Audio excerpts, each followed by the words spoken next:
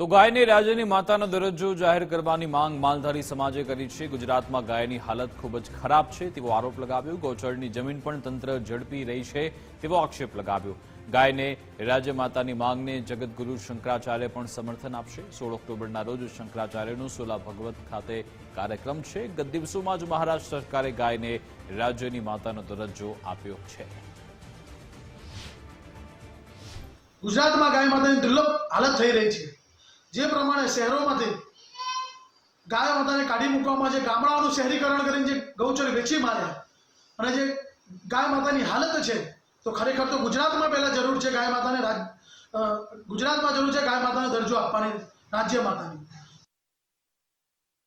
નવરાત્રી પૂર્વે ગાયને પણ રાજ્ય માતા જાહેર કરવાની માંગ થઈ છે। ભગવા સેનાએ રાજ્ય માતા જાહેર કરવાની માંગ કરી। મહારાષ્ટ્ર બાદ ગુજરાત સરકાર પણ રાજ્ય માતાનો દરજ્જો આપે તેવી માંગ થઈ।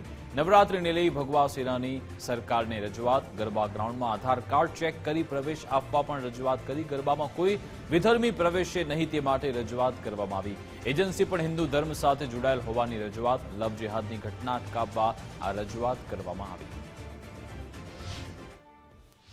કે સર્વે હિન્દુઓની ઈચ્છા છે કે આપ શ્રી જેમ મહારાષ્ટ્રે જે ઘોષણા કરી છે એવી આપ ગાયને રાજ્ય માતાની ઘોષણા કરો।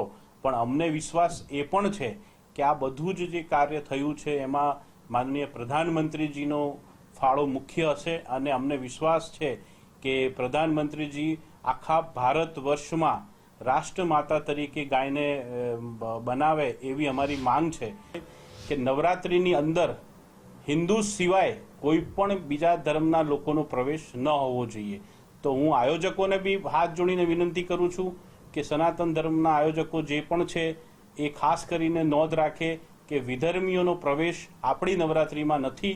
એટલે હું સરકારને વિનંતી કરું છું કે જે 5 વાગ્યાનો આપનો સમય છે એમાં બધાને આનંદ છે, અમને પણ આનંદ છે, પણ આની પાછળ બેન દીકરીઓની જે સુરક્ષાનો જે વિષય છે એમાં જો અંતરિયાળમાં જે પાર્ટી પ્લોટો આવેલા છે એમાં જો ખાસ કરીને ધ્યાન આપવામાં આવે એવી હું સરકારને અને માનનીય હર્ષભાઈ સંઘવી સાહેબને પ્રાર્થના કરું છું।